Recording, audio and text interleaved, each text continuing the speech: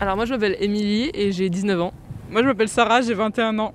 Bonjour Alexis, 42 ans. Alors bonjour, je m'appelle Manon et j'ai 23 ans.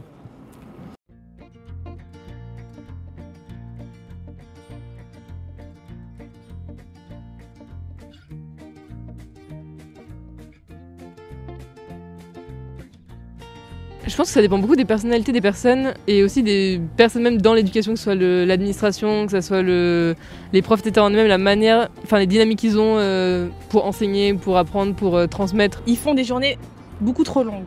Et ça je le dis parce que j'ai été prof, et même pour les profs c'est long. Bah en fait mon rapport a grave changé par rapport à ça parce que je me suis mise à côtoyer beaucoup de personnes allemandes où pareil les heures de cours sont hyper réduites. Je trouve qu'en France c'est vraiment soutenu, notamment avec les grosses journées de travail, et même pour les profs c'est très soutenu. Alors moi ça remonte à pas mal d'années, je n'ai pas le souvenir, mais il me semble qu'il y a des systèmes de notation maintenant pour les primaires, voire les maternelles il me semble. Après tout dépend des élèves, c'est vrai qu'il y a des élèves qui se fichent un peu de l'école, d'autres qui prennent ça trop au sérieux. Quitte à réduire les vacances, au moins alléger au moins un peu l'emploi du temps quoi.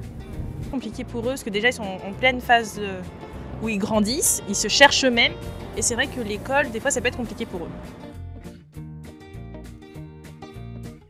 Je trouve que, après je pense que ça dépend des lycées, mais je sais que genre dans le mien on n'était pas du tout accompagnés. Genre c'était vraiment genre vous faites tout par vous-même. On avait une journée où genre il y avait quelques écoles qui venaient nous les présenter, c'était que des écoles privées, donc malheureusement pas tout le monde peut en faire une. Je pense que ça dépend des établissements, c'est vrai qu'il y a des établissements où ils sont plus suivis les élèves et d'autres non. Je trouve que moi en tout cas pour le coup c'était pas exactement la même chose, on a vraiment eu un bon accompagnement avec des personnes qui vraiment se souciaient de ce qu'on voulait faire. Je me souviens que le premier stage c'était en fin de troisième, je ne savais pas ce que je voulais faire vraiment. Ça m'a pas vraiment aidé. Comme je dis, ils sont en pleine phase où ils se cherchent eux-mêmes, où ils grandissent, et ils sont paumés, enfin la plupart ils savent vraiment pas ce qu'ils veulent faire. Je pense que sur ce plan-là, je peux pas trop le reprocher à mon école. Après, je sais qu'il y a souvent le truc un peu bateau des filières où dès qu'on a certains résultats, il faut aller dans telle filière et oulala, sacrilège, si on va en L, on gâche notre vie. Enfin.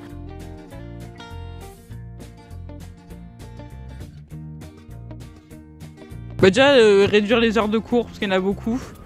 Et que les profs arrêtent de mettre la pression à tous les élèves. Faire plus de stages pratiques.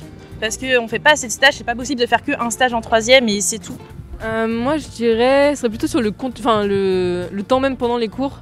Dans le sens où j'ai l'impression que c'est un peu ce qu'on inculque plus maintenant, mais vraiment plus axé sur le côté interactif, ludique et plus axé dans la confiance plutôt qu'un rapport hyper strict, hyper carré avec quelque chose de très fermé qui peut pas bouger.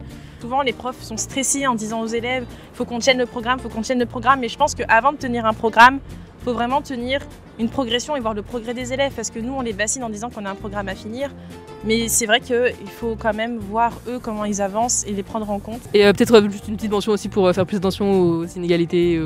Moi j'aurais préféré, avoir tous les après-midi libres, un peu comme en Allemagne. Et faire du sport, une passion. Je suis pour le fait qu'on fasse comme dans les autres pays et qu'ils aient cours que le matin et que l'après-midi ils peuvent se défouler, faire du sport, faire leurs devoirs. Parce qu'il y en a, ils n'ont même pas le temps de faire leurs devoirs, on les engueule, mais c'est parce qu'ils... Plus d'école. Plus d'école.